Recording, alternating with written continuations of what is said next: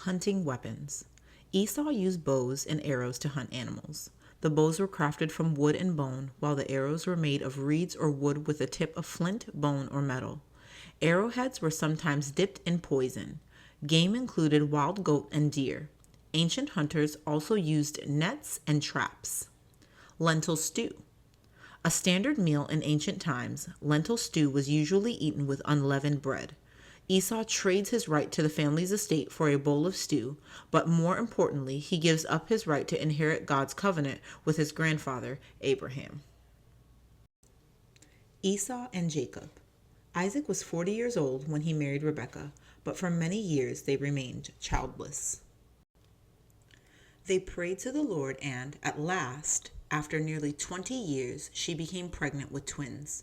As they grew inside her, they kicked and jostled, and she asked the Lord why this was happening. He replied, "Two nations are in your womb, and two peoples from within you will be separated. One people will be stronger than the other, and the older will serve the younger." When the time came, Rebekah did indeed give birth to twin boys. The first was bright red and covered in hair from his head to his toes, and they named him Esau. The second was smooth and slippery as an eel, and they named him Jacob. The twins grew up side by side, but Esau became a hunter, skillful with his bow and arrow, while Jacob preferred to stay at home and help his mother. He was her favorite, while Esau was dearest to his father's heart. One day, Jacob was stirring a lentil stew when Esau rushed in, famished. "Quick, give me some stew." "I will," replied Jacob, "but only if you give up your rights as the firstborn son and give them to me." "I can't see what good my rights are anyway," retorted Esau. "You can have them with pleasure." Then Esau tucked into a bowl of stew. The years passed, and Isaac lost his sight. He called to his son Esau and said, "My son, I am an old man and death is approaching. Go and catch some wild game for me. Prepare my favorite dish. Then I will give you my blessing before I die." Rebekah overheard his words, but she wanted Jacob to receive the blessing instead of Esau, and she thought of a plan. She told Jacob to find 2 young goats and bring them to her. She would prepare a delicious meal. Then Jacob could take it to his father and receive his blessing. But Jacob protested, "Esau is hairy, and I am smooth-skinned. What if my father touches me? He would know I was tricking him and would curse me." His mother told him not to worry, saying any curse would fall on her. So Jacob fetched the goats, and Rebekah prepared the meal. She dressed Jacob in Esau's clothes and disguised his hands and the skin of his neck with hairy goat skins. Then Jacob took the dish to Isaac. But Isaac hesitated, confused. "Come near so I can touch you, my son," he said. "The voice is Jacob's, but the hands are Esau's. Are you really my son Esau?" "I am," lied Jacob. So Isaac sat up and ate the food. When he had finished, he put his hand on Jacob's head and gave him his blessing. "May nations serve you and peoples bow down to you. Be Lord over your brothers, and may the sons of your mother bow down to you." Jacob received the blessing and ran out of the tent, glad to get away. Soon after, Esau arrived with a plate of food. "Here I am, father. Esau, your firstborn. I've got the food you've asked for." Isaac gasped in horror, knowing that he had been tricked by Jacob. "Your brother came and took your blessing," he cried. "I cannot take it back." "He has deceived me twice," replied Esau bitterly. "He took my birthright, and now he's taken my blessing." Isaac nodded. "I have made him lord over you and have made all his relatives his servants," he said sadly. And Esau wept. "Do you only have one blessing, my father? Bless me too." But Isaac knew that the Lord's word was in the blessing he had given to Jacob, and it could not be altered. From that day on, Esau hated his brother. He planned to kill him as soon as their father was dead and the days of mourning were over. When Rebekah heard about Esau's plot, she went straight to Jacob and warned him. She told him to hide in her brother's house far away in Haran. "Stay there until Esau's fury subsides.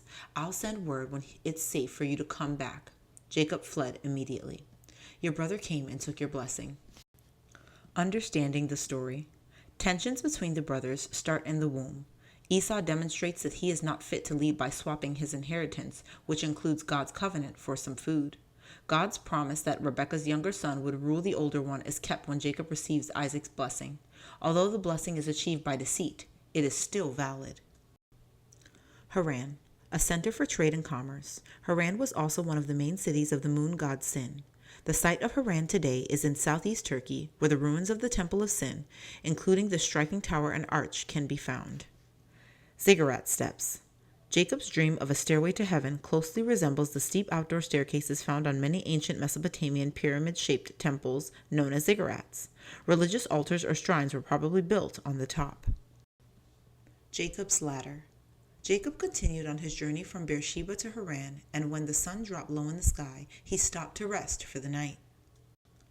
He found a smooth stone and put it under his head like a pillow and lay down under the starry sky. He was tired from traveling and fell into a deep sleep. He dreamed that he saw a magnificent stairway reaching steeply through the clouds to heaven. A procession of angels glided up and down the steps, and at the very top of the stairway stood the Lord looking down at Jacob. "I am the Lord, the God of your father Abraham, and the God of Isaac," he said. "I will give you and your descendants the land on which you are lying. Your descendants will spread out to the west and to the east, to the north and to the south. All peoples on earth will be blessed through you and your offspring." Jacob woke up early the next morning, refreshed after his sleep, and he remembered his dream. "The Lord is in this place, and I didn't know," he said to himself, shivering with fear. "This is the house of God, and that is the gate to heaven."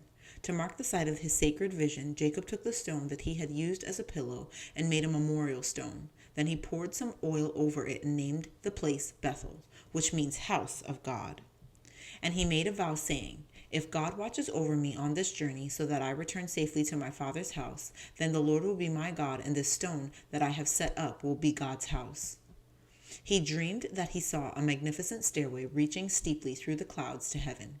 Understanding the story. In Jacob's dream, God is standing at the top of a stairway to heaven. God repeats the promise he first made to Jacob's forefathers, Abraham and Isaac, and affirms that Jacob will receive the covenant too.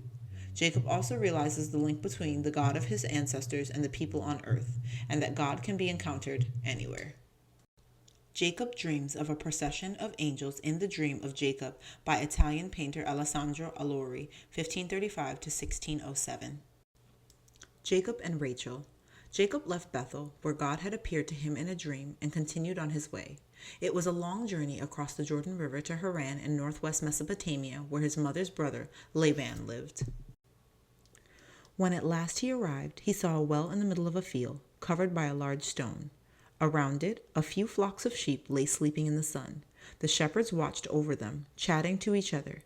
Each day toward sunset, when all the flocks had gathered, the shepherds rolled the stone away from the mouth of the well to reveal the cool water deep below. Then they would draw the water up and fill the troughs, so there was plenty for all the thirsty sheep. Jacob greeted the shepherds and asked them if they knew Laban. "We do indeed," they replied, "and here comes his daughter Rachel with the sheep." But Jacob could not understand why the shepherds were hanging around doing nothing. "Look," he said, "the sun is still high in the sky, and the rest of the flocks won't be gathered for hours. Why don't you water your sheep now, and then you'll be able to take them back to pasture?" "No, we can't water them until all the flocks are gathered," they replied. "Only then will we roll the stone away." Jacob turned and saw Rachel, the beautiful young shepherdess, walking toward the well, guiding her flock before her. His heart leapt at the sight of his lovely cousin. He went over to her, bowing low, and introduced himself, saying he was the son of Rebekah and the nephew of her father Laban. He embraced her and kissed her, and despite what the shepherds had told him, he rolled the stone from the mouth of the well and drew water for her sheep. Rachel ran home to tell her father and her older sister, Leah, about the visitor who had arrived so unexpectedly. They were curious to see him, and Laban rushed out of the house to find him. He threw his arms around his nephew and welcomed him, overjoyed to meet him. Together they went back to the house, and Jacob explained why he had come from Beersheba and told him the whole story about his twin brother Esau. "You are my own flesh and blood," said Laban. "You must stay with us here." Jacob agreed, happy to remain in his uncle's house and to help him. He would also be near Rachel, with whom he had fallen in love. He worked hard from morning until night, helping with the livestock and tending the crops in the fields. He would also be near Rachel, with whom he had fallen in love. Understanding the story. Jacob continues his journey and goes to live with his uncle Laban. He is honest in telling his family the whole story about his brother Esau. Laban welcomes him as his own flesh and blood. Jacob finds happiness in his uncle's affection and his love for his cousin Rachel. He toils away to keep his place in their home. Jacob's wedding. After a month, Laban came to Jacob, his nephew, and said, "You have been working hard for several weeks now, But just because you are my own flesh and blood, you should not work for nothing. How can I pay you?" Jacob replied, "I'll work for you for 7 years in return for your youngest daughter Rachel." Laban looked at him and thought for a moment. Then he said, "It is better that I give her to you than to a stranger. Stay here with me." Jacob worked hard for the next 7 years, but because of his deep love for Rachel, the time slipped by so quickly that it seemed more like 7 days. At the end of this time, Jacob went to Laban and said, "Uncle, give me my wife. I have worked for you for 7 years as promised, and I want to marry her now." Laban agreed and started to plan a splendid wedding feast with the best dishes and the finest wines. The celebrations would go on for a week with music and singing and dancing. Everybody would be invited. When the great day came, Jacob watched proudly as his bride took her place by his side. She was dressed in the most beautiful embroidered robes and wore a heavy jeweled veil which concealed her face completely. He took her hand. That night, as darkness fell, they retired early to bed, leaving Laban and their guests to carry on feasting and drinking. But the next morning, when Jacob opened his eyes and turned over to kiss his new wife, he could not believe his eyes. He saw with horror that it was not Rachel, but her older sister Leah, lying by his side. He rushed to find Laban, shouting, "What have you done? You tricked me. You deceived me. I worked for 7 whole years for Rachel, and you have given me ugly old Leah." Laban replied, "It is not our custom here to give the younger daughter in marriage before the older one. We will finish celebrating your marriage to Leah, and then, at the end of the week, you can also have Rachel as your wife, but only if you promise to work for another 7 years. And so, a week later, Rachel became Jacob's wife. He loved her from the bottom of his heart, and he worked happily for another 7 years. Although Jacob was not in love with his first wife, Leah, she quickly became pregnant and gave birth to their first son, who was named Reuben. And before long, she went on to have 3 more sons, Simeon, Levi, and Judah. It was hard for Rachel, who was still not pregnant, and she watched her sister with increasing jealousy. "Give me children, or I will die," she implored Jacob. "Do you think I am God?" he replied angrily. In desperation, Rachel took her maidservant Bilhah and gave her to Jacob as a wife. "Marry her so that she can bear children for me, so that through her I too can build a family." Bilhah had no difficulty in conceiving, and 9 months later gave birth to a son named Dan. And the next year she had another son named Naphtali. Jacob also fathered 2 more sons with Leah's servant Zilpah, and they were named Gad and Asher. And Leah herself bore him 2 more sons, Issachar and Zebulun, and finally a daughter named Dinah. All these years Rachel had waited, grieving that she had not been able to give her husband a son. Finally, to her great joy, she found she was pregnant, and she gave birth to a son who was named Joseph. Veil. It was customary for brides to wear veils over their faces on wedding days. This was how Jacob mistook Leah for Rachel. The veil represents purity and modesty as well as respect for God. Laban's deception echoes Jacob taking advantage of his blind father, Isaac. Finally, to her great joy, she found she was pregnant, and she gave birth to a son who was named Joseph. Understanding the story. Jacob discovers that he is not always the master of deception. As he tricked his brother in order to get the blessing, his uncle now tricks him into marrying the wrong daughter, as well as working for another 7 years without pay. Despite these setbacks, Jacob fathers 12 sons who will become the leaders of the 12 tribes of Israel. Tribes of Israel. This map shows the kingdoms of the 12 tribes of Israel. These tribes were descended from the 12 sons of Jacob. Each tribe had its own identity and territory after Canaan was conquered. The Levite tribe was the exception without a territory. 12 tribes of Israel. Reuben, Jacob's eldest son, was known for his kind heart. He was given the territory east of the Dead Sea. Simeon, the second son of Jacob, Simeon had prophetic powers. He inherited the southern part of Canaan. Judah, the 4th son of Jacob, Judah became the greatest tribe with the largest area of the promised land. Dan. Dan's territory on the Mediterranean coast meant that his tribe became known for seafaring. Naphtali. Joseph's 6th son inherited land on the eastern side of Galilee. His tribe were brave warriors. Gad. Jacob's 7th son, Gad, and his tribe settled in the central region of Transjordan. Asher. Asher was given western Galilee, which contained some of Canaan's most fertile and prosperous land. Issachar. The 9th-born son, Issachar, and his tribe came to be known for study of the Torah. Zebulun. Zebulun's tribe became merchants, and he had close relationship with their neighbor, Issachar. Joseph. Joseph was the 11th son and his father's favorite. Joseph received 2 areas, one for each of his sons, Ephraim and Manasseh. Benjamin. The 12th and youngest son, Benjamin, was given land east of the Judean hills. Levi. Instead of receiving land, Levi's tribe were committed to serving God as priests. Jacob's return. In time, Jacob wanted to go home to Canaan, but his uncle Laban persuaded him to stay in Haran. Over the years, he had come to rely on his nephew. A man suddenly appeared out of the night and lunged at him, gripping him by the throat. But Laban was not always honest with Jacob and sometimes tried to cheat him. Despite this, Jacob had built up large flocks and herds of his own and was now wealthy in his own right. Laban's sons watched Jacob jealously and talked about him behind his back. Jacob has taken everything our father owned and has gained all his wealth through him. They muttered sourly to each other, and even Laban himself began to cold-shoulder Jacob. Then the Lord came to Jacob and said, "Go back to the land of your fathers and to your relatives. I will be with you." Jacob immediately sent for his wives Rachel and Leah. "You know that I have worked for your father with all my strength, yet he has cheated me out of my wages.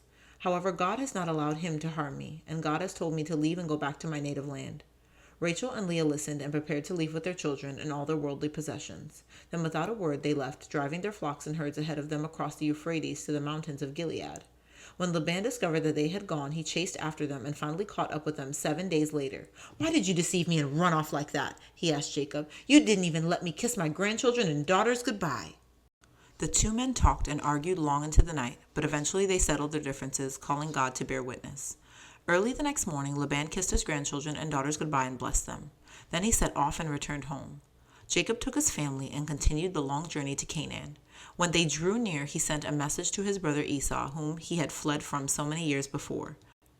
Soon, news came back that Esau was coming to meet him with a force of 400 men.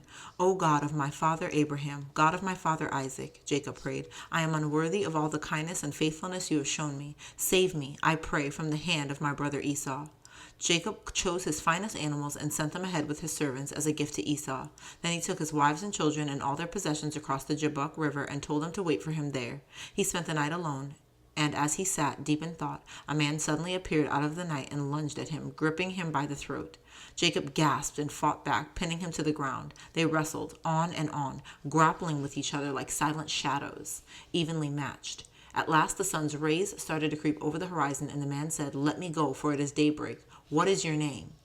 Jacob told him his name, and the man replied, "Your name will no longer be Jacob, but Israel, because you have struggled with God and with man and had overcome." With these words he blessed Jacob and disappeared into thin air. Israel means he struggles with God, and Jacob realized that he had seen God face to face and that his life had been spared. He went straight to rejoin his family, just in time to see Esau approaching with all his men. Telling his wives and children to stay behind, Jacob went to meet his brother, bowing low before him 7 times. Without hesitation, Esau threw his arms around his neck and kissed him warmly, saying that he did not need the animals that Jacob had sent him. "No, please, if I have found favor in your eyes, accept this gift from me," Jacob replied, "for to see your face is like seeing the face of God. Now that you have received me favorably, please accept the present that was brought to you, for God has been gracious to me, and I have all I need." Wrestling. Wrestling is the only sport mentioned in the Bible. Men often settled their scores and showed their strength in wrestling matches. This sport featured at the ancient Olympic Games of Greece, as depicted in this relief above.